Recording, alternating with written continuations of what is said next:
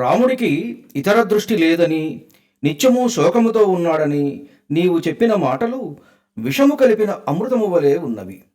దైవము మనిషిని ఐశ్వర్యము వైపునకు గాని అతి భయంకర దుఃఖ దారిద్ర్యములోనికి గాని తాడు కట్టుకొని లాగుకొని పోవును. మనుష్యుడు నిమిత్తమాత్రుడు. ఓ హనుమ, దైవమును దాటగల శక్తి ఎవరికున్నది? మేము మువ్వురము ఇంత దుఃఖసాగరములో మునిగితిమన్నా అది దైవప్రేరితము కాక మరి ఏమిటి? మా శోకమునకు ఎప్పుడో అంతము. నాకు ఆ దుష్టరాక్షసుడు 1 సంవత్సరము మాత్రము గడువసగినాడు. అందులో 10 నెలలు గడిచిపోయినవి. ఈ బొందిలో ఇక ప్రాణము నిలుచున్నది 2 నెలలే. ఆలోపుగానే రాముడు ససైన్యముగా ఇచటికి ఏతెంచి రావణుని సంహరించి నా చెర విడిపించవలే. విభీషణుడున్నాడు. అతడు రావణుని తమ్ముడు. చెవినిల్లు కట్టుకొని పోరుచున్నాడు నన్ను తిరిగి రాముని వద్దకు చేర్చమని. కాని రావణుడు ఆ హితమును పెడచెవిన పెట్టుచున్నాడు. వాడు కాలానికి లొంగినాడు. కాలునికి అతిథిగా వెళ్ళవలెనని ఉవ్విళ్ళూరుచున్నాడు. తెగ ఆరాటపడుతున్నాడు. పోగాలము దాపురించిన వాడికి మంచి విషయము తలకెక్కుతుందా? ఈ సంగతులు నాకు విభీషణుని పెద్ద కూతురు నల తన తల్లి పంపగా నా వద్దకు వచ్చి తెలిపినది. శచీదేవికి దేవేంద్రుని గురించి తెలిసినట్లు నాకు నా రాముని గురించి బాగుగా తెలియను. రామునిలో ఉత్సాహము, పురుష ప్రయత్నము, బలము, క్రూరత్వము లేకుండుట, కృతజ్ఞత్వము, పరాక్రమము మొదలైన గుణములు పుష్కలముగా ఉన్నవి. రామకోదండ ధనుష్టంకారమే శత్రు శిబిరములో హాహాకారములు పుట్టించును. హనుమ, నా రాముడు ఒంటరిగా యుద్ధము చేసి జనస్థానములో 14,000 మంది రాక్షసులను యమసదనమునకు పంపివేసినాడు. ఓయి హనుమంతుడా, నా రాముడు శత్రుభయంకరుడు, నా రాముడు సకల గుణాభిరాముడు, నా రాముడు సర్వలోక మనోహరుడు, నా రాముడు పోతపోసిన ధర్మము. నా రాముడు నా మనోవీధులలో నిత్య సంచారి. అమ్మా, దుఃఖమేలా, ఈ బాధ ఏలా? ఇప్పుడే ఈ శోకము నుండి నిన్ను విముక్తుడిని చేసేదను అన్నాడు హనుమంతుడు సీతమ్మ మాటలు విన్న తరువాత. నా వీపుపై కూర్చో తల్లి, రాముని వద్దకు మరుక్షణమే నిన్ను చేర్చేదను.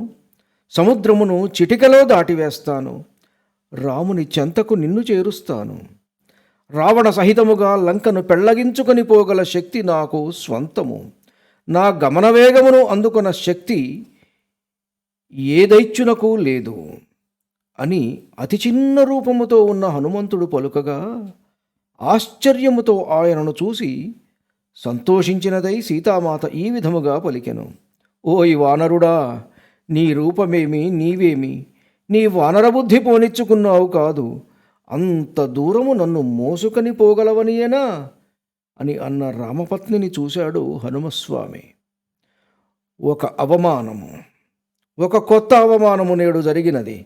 సీతమ్మ తనను ఇంత తక్కువ చేసి మాటలాడటము సహించలేకపోయాడు వాయునందనుడు. వెంటనే తాను కూర్చొని ఉన్న కొమ్మ మీద నుంచి క్రిందకు దుమికి తన శరీరాన్ని పెంచసాగాడు. అప్పటి వరకు ఆయనకు నీడనిచ్చిన ఆ మహావృక్షము ఆయన పాదముల మీద మొలచిన వెంట్రుక వలె మారిపోయినది. అమ్మా, పర్వతములు, దుర్గములు, వనములు, సకల దైత్య సైన్యములు, రావణుని అతని సింహాసనముతో సహా లంక మొత్తాన్ని మోసుకొని పోగలను. అవి అన్నీయూ నా అరచేతిలోనికి ఇమిడిపోగలవు.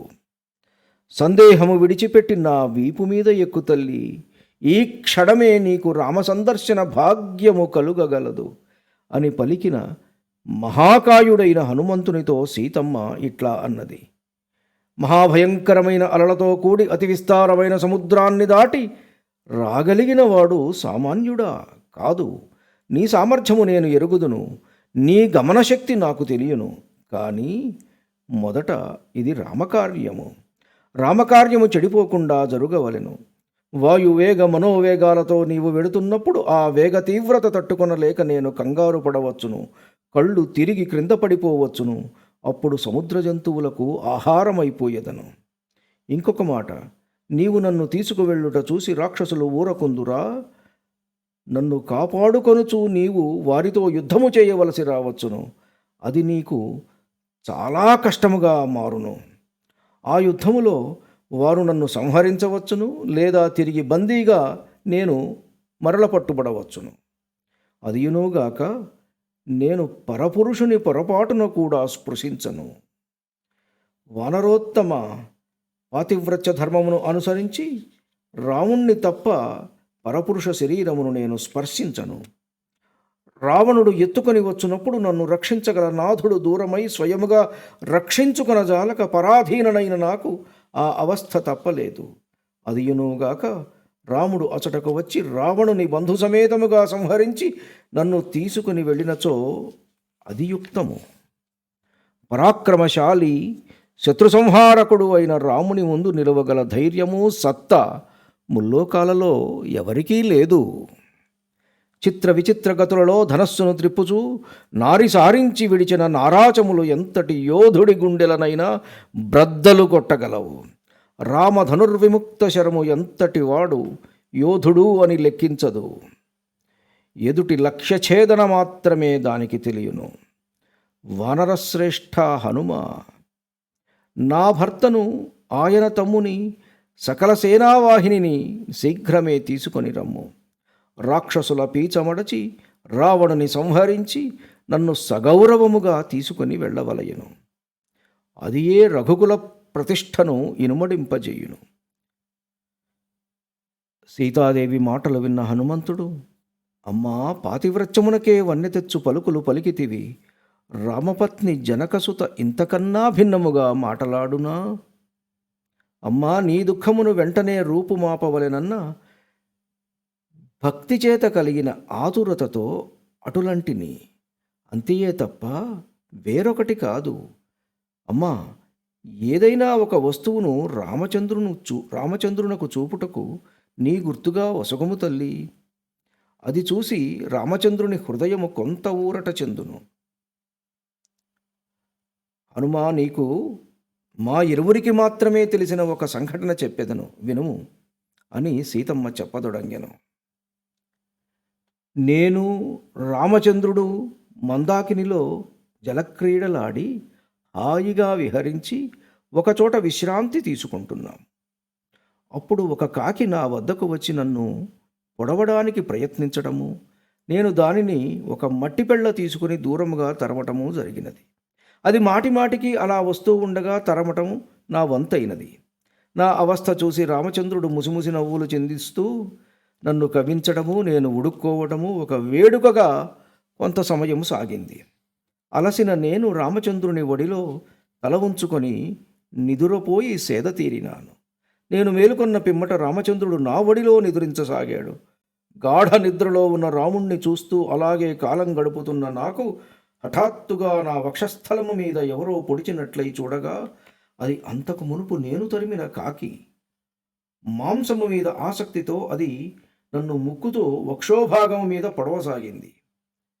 రాముడికి నిద్రాభంగం కలిగించడం ఇష్టం లేని నేను ఆ బాధను అలాగే భరించసాగాను. కానీ దాని ఆగడము మితిమీరిపోయి నాకు తీవ్రమైన గాయము చేయగా రుధిరధార వెచ్చగా రాముడి పాలభాగము మీద పడి ఆయనకు నిద్రాభంగము కలిగినది. మేలుకున్న రాముడు నాకు అయిన గాయము, కారుతున్న రక్తము చూసి క్రోధముతో రుద్రుడైనాడు.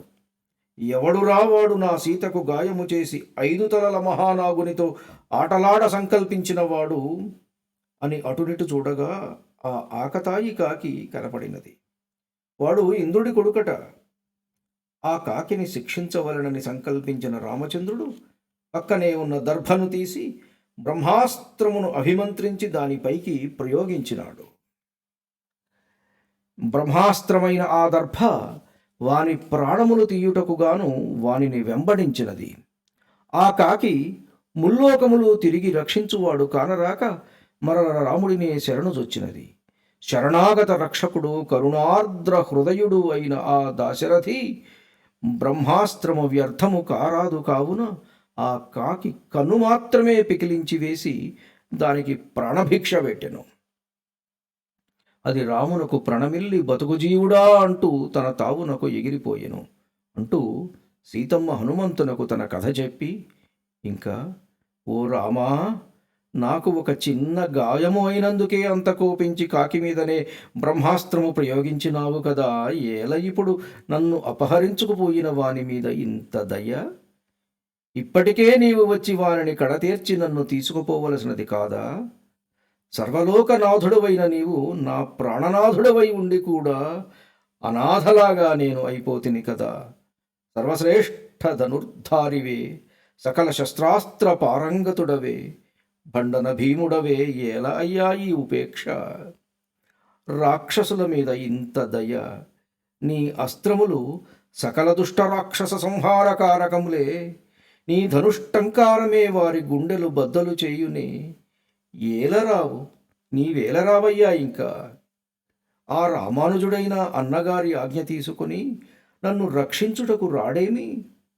లేదు లేదు, నేనే ఏదో పాపము చేసినట్లున్నాను, సందేహము లేదు అంటూ సీతమ్మ కన్నీరు కాల్వలై ప్రవహిస్తూ దీనముగా మాట్లాడటము చూసిన హనుమ, అమ్మా, రాముడి స్థితి నీ స్థితి ఒక్కటేనమ్మా. సత్యము మీద ఒట్టు పెట్టి చెబుతున్నాను, రాముడు ఏ భోగము అనుభవించటం లేదు.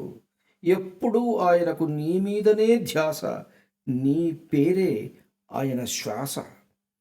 ఆయన హృదయము కరిగి కన్నీరై ఏరులై పారుచు కడు దయనీయమైన స్థితిలో నిన్నే పలవరిస్తున్నాడు. ఆయన పరిస్థితి చూసి లక్ష్మణస్వామి కూడా కన్నీరు మున్నీరుగా విలపిస్తున్నాడమ్మా. ఓ అమ్మా దోషరహిత, నా భాగ్యవశమున నీవు నా కంటబడితివి, ఇక విలపించవలదమ్మా. అన్ని కష్టములు అతి త్వరలో కడతేరగలవు అని అంటున్న హనుమ మాటలు విని, సీతమ్మ, నాయనా, ఇంక నేను ఒక్క మాసము మించి జీవించను, ఇది సత్యము. పాపాత్ముడైన రావణుని బారి నుండి నన్ను వెంటనే రక్షించవలెను. హనుమ, ఇదిగో చూడామణి, దీనిని రామచంద్రునకు నీవు ఇవ్వవలేను అని ఆయనకు ఇచ్చి అందరినీ కుశలమడిగినట్లుగా చెప్పమన్నది సీతామాత. హనుమంతుడు ఆ చూడామణిని గ్రహించి తన వేలికి తొడుక్కున్నాడు. హనుమా, ఈ చూడామణిని చూడగానే రాముడు నన్ను, నా తల్లిని, దశరథ మహారాజును మువ్వురిని స్మరించును అని పలికిన సీతమ్మకు నమస్కరించి ఇక తిరిగి పయనమైపోవుటకు బయలుదేరినాడు హనుమ. మరల సీతమ్మ, ఓ హనుమా, రామలక్ష్మణులు ఇరువురికి, మంత్రి సమేతుడైన సుగ్రీవునకు, ఇతర వానరులకు నేను వారి కుశలము అడిగినట్లుగా తెలుపుమయ్యా. మహాబాహువైన రామచంద్రుడు నన్ను ఈ దుఃఖ సముద్రము నుండి ఉద్ధరించు ఉపాయము త్వరగా చేయవలయును. నాకు ఒక సందేహము. వానర భల్లూక సైన్యములు ఈ మహాసముద్రమును దాటగలవా? సీతమ్మ సందేహాన్ని విన్న హనుమస్వామి, అమ్మా, మహాబలశాలురైన కోట్ల కొలది వానరులు సుగ్రీవుని ఆజ్ఞకు కట్టుబడి సముద్రము దాట కృతనిశ్చయముతో ఉన్నారు. వారందరూ నాకంటే గొప్ప బల సంపన్నులు, నీవు చింతింపవలదు. ఇటువంటి అల్పకార్యములకు రాజులు వారి వద్దనున్న శ్రేష్ఠులను పంపరుగదా. నేను అతి సామాన్యుడైన వానరుడను తల్లి అని ఆమెకు నమ్మకము కలిగించినాడు. అమ్మా, రాముడు లక్ష్మణ సమేతుడై వానర వీరులందరితోనూ కలిసి అతి త్వరగా ఇచటకు వచ్చి శత్రువులను నశింపజేసి నీ శోకము రూపుమాపగలడు. రామ కోదండము శత్రుమూకలను ఎప్పుడు చీల్చి చెండాడవలెనా అని తొందరపడుచున్నది. హనుమ మాటలకు సంతసించిన సీతమ్మ, నాయనా, ఇక్కడ ఎక్కడైనా కాసేపు విశ్రాంతి తీసుకొని రేపు బయలుదేరరాదా అని ఆదరపూర్వకముగా పలికెను. బీడు భూమిలో వర్షము కురియగనే మొలకలు వచ్చునట్లు నీ మాటలు నా హృదయములో ఆనందమును మొలకలెత్తించినవి. రామచంద్రుడికి కాకి మీద ప్రయోగించిన దర్భ నా ఆనవాలుగా చెప్పుము, చూడామణిని నా ఆనవాలుగా చూపుము, నుదుట దిద్దవలసిన తిలకమును గండస్థలముపై దిద్దిన సంగతి నా ఆనవాలుగా చెప్పుము. ఓ రామా, నీవు వస్తావన్న ఆశ నాలో పెనుధైర్యము పుట్టించినది. ఆ ధైర్యమే ఈ రక్కసి మూకలు పెట్టే చిక్కులు భరించునట్లుగా చేయుచున్నది అని పలుకుతూ దీనముగాయున్న సీతమ్మ వద్ద సెలవు తీసుకుని హనుమంతుడు ఆ ప్రదేశము నుండి కొంచెము దూరముగా వెళ్ళి ఆలోచించసాగెను.